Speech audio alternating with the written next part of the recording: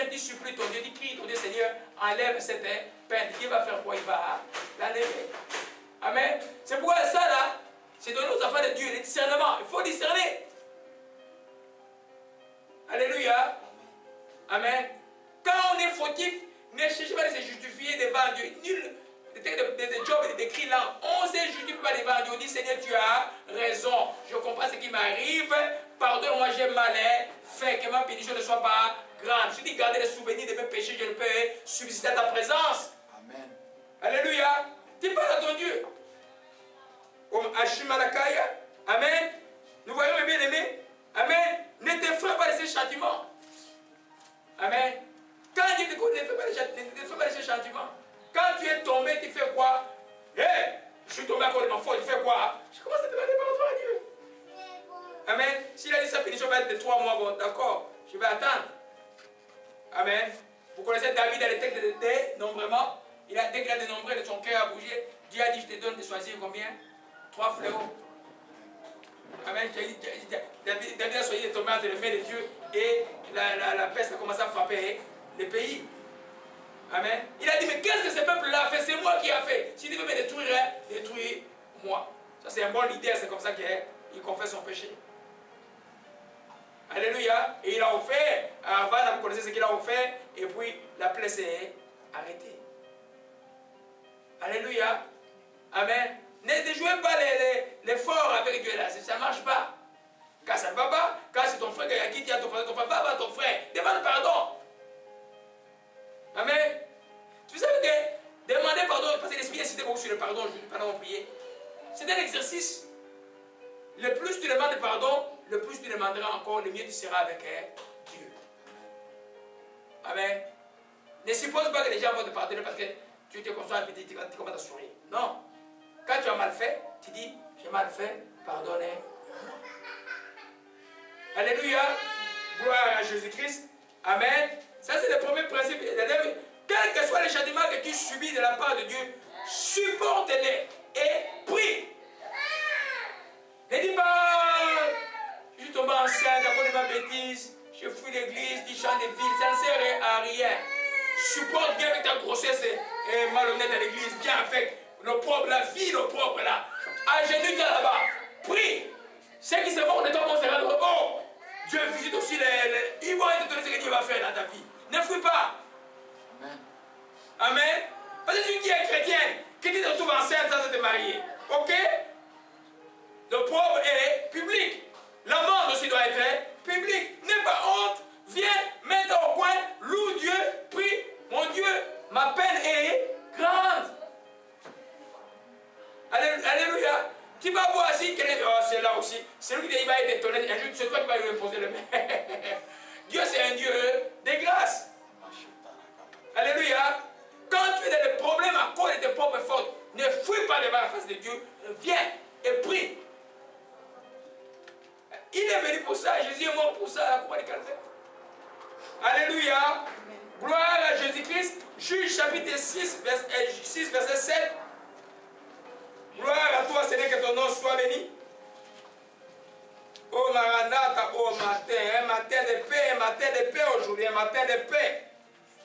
Alléluia. Israël fut très malheureux à cause des mendiants et des enfants d'Israël crièrent à l'Éternel. Amen. Et lorsque les enfants d'Israël crièrent à l'Éternel au sujet des mendiants, l'Éternel envoya un prophète aux enfants d'Israël. Il leur dit, ainsi parle l'Éternel d'Israël. Je vous ai fait monter du pays d'Égypte. Je vous ai fait sortir de la maison de la servitude. Je vous ai délivré de la main des Égyptiens, de la main de tous ceux qui vous opprimaient. Je les ai chargés devant vous. Je vous ai donné leur pays. Je vous ai dit, je suis l'Éternel votre Dieu. Vous ne craindrez point des dieux des Amoriens dans lesquels vous habitez. Mais vous n'avez pas écouté ma voix. Les prophètes de Dieu viennent toujours pour te reprendre. Tu as mal fait. Beaucoup de prophéties vont arriver dans la vie d'un bon prophète, c'est pour reprendre les gens. Ou pour les reprendre lui-même. Amen. Quand tu as compris, il vient, il te dit que le prophète avait dit, tu as mal fait. Mais ils ont crié à Dieu. Avant que Dieu les suscite, les libérateurs qui étaient Gédéon, les prophètes venaient pour les reprendre. Pourquoi? Pour qu'ils ne refassent plus les mêmes erreurs. Parce que les mêmes fautes, les mêmes causes produisent les mêmes effets. Avec Dieu, c'est comme ça. Alléluia. Amen. Amen. Donc, il criait à l'Éternel. Ne vous privez pas de crier à Dieu, quelle que soit votre condition. Alléluia. Criez à Dieu. Quand tu sais que tu as des doutes de la mort, ne perds pas le temps.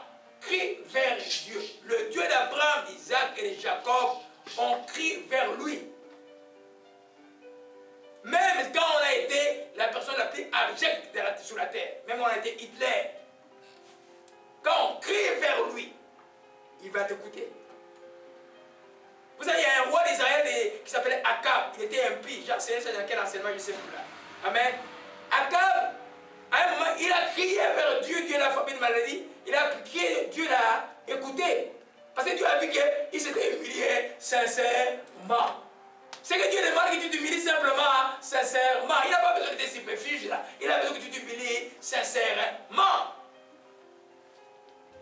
Alléluia. C'est le Dieu que tu pries, c'est le Dieu d'Abraham, d'Isaac et de Jacob. Alléluia. Amen. Gloire à Jésus-Christ. Amen. Donc, vous allez voir que le psaume 107, alors le psaume 107, prouve que quel que soit le niveau de ta faute, c'est plus sage pour toi de prier Dieu. Le psaume 107, vous pouvez l'écrire, vous pouvez le lire à la maison.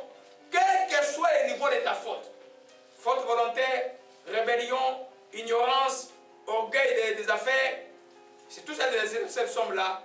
Quand ces gens ont crié vers l'Éternel, il les a exaucés. Amen. Pour nous encourager à ne pas fuir la face de Dieu. Crier vers Dieu, il va t'exaucer. Amen. Nous allons voir dans cette somme-là. Amen.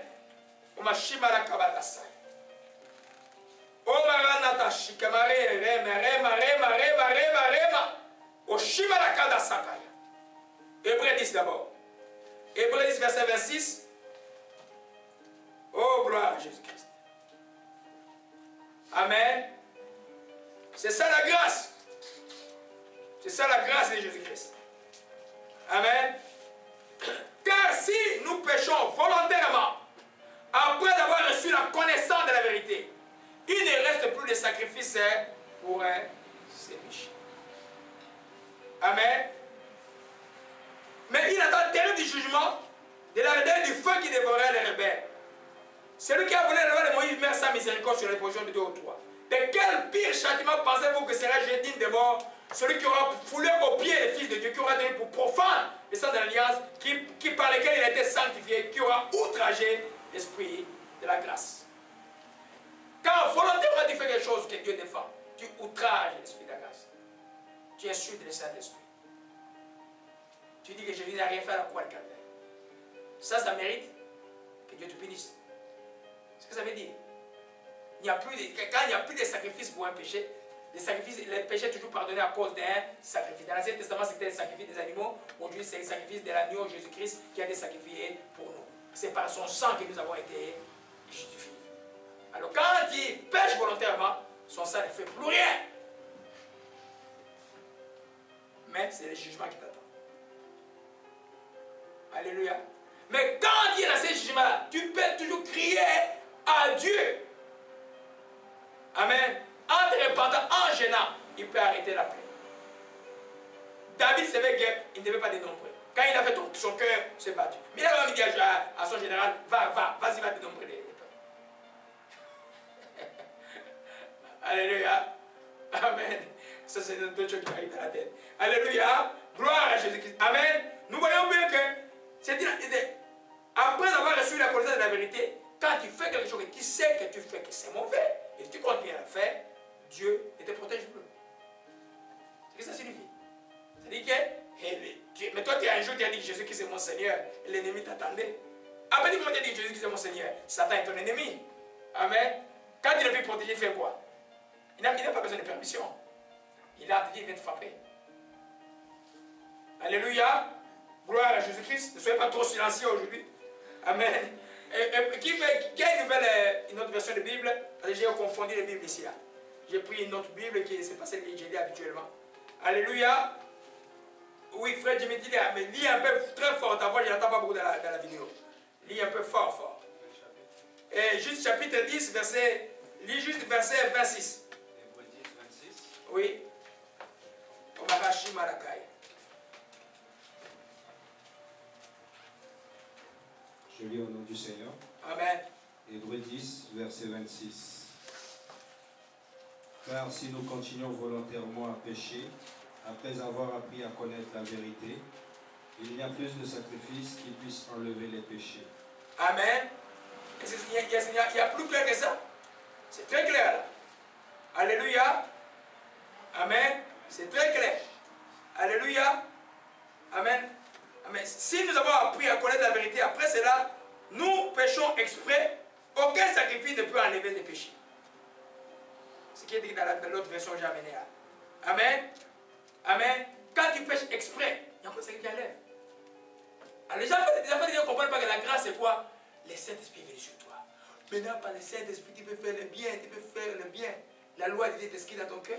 Quand le diable vient, essaie de nous résister un peu, il va fuir. Tu vas faire le bien. Tu dis non. Quand tu dis non, je ne volerai pas. Non, je ne tuerai pas. Non, je ne commettrai pas l'impudicité. Non, je ne commettrai pas l'adultère. Tu ne vas pas tomber. Et celui qui est en toi est plus grand que celui qui est dans les morts. Personne ne peut te gagner toi là. Parce que tu as Jésus-Christ dans ton cœur. Et si tu ne le permets pas d'agir, il n'agit pas. Je te dis, tu nous permets d'agir, il agit. Alléluia. Amen. Amen. Alors maintenant dans le psaume 107, on m'arrache la kabarana kaya. Les enfants disent, ne vous trompez pas quand vous lisez un verset que Dieu vous défend de vivre. Vous le faites. Vous êtes dans la témérité, mais Dieu, des fois, il prie pour quelqu'un. Dieu, il dit, pleure seulement pour cette personne. Pleure. Hier, quelqu'un me disait, les dés, j'ai agité pour cette personne-là. Mais c'était grave. Vous connaissez les dés, j'ai agité, c'était quoi?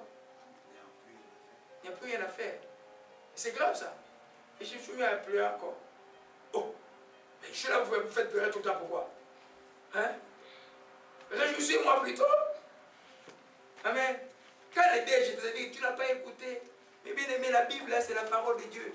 Quand Dieu dit ne fais pas ça, ne fais pas. Ne trouve pas une explication en dehors de ce que Dieu dit. Si tu ne peux pas arrêter, ne donne-moi la force de le faire. J'ai le désir de le faire, mais il y a quelque chose qui me retient. Aide-moi, Jésus. Il va t'aider. Alléluia. Alléluia. Le psaume 107, mes bien-aimés. Amen. Il commence par la joie. Louez l'Éternel car il est bon, car sa miséricorde est dure à toujours. Amen. Sa miséricorde fait quoi? Dure à toujours. Qu'ainsi dit de racheter l'Éternel, ce qu'il a délivré de la main de l'ennemi, ce qu'il a rassemblé dans tout le pays, de l'Orient, de l'Occident, du Nord et de la mer. Ils erraient dans le désert, ils marchaient dans la solitude, sans trouver une ville où ils puissent habiter. Ils souffraient de la faim, leur souffrance était l'impuissance. Dans leur détresse, ils crièrent à l'Éternel, il les délivra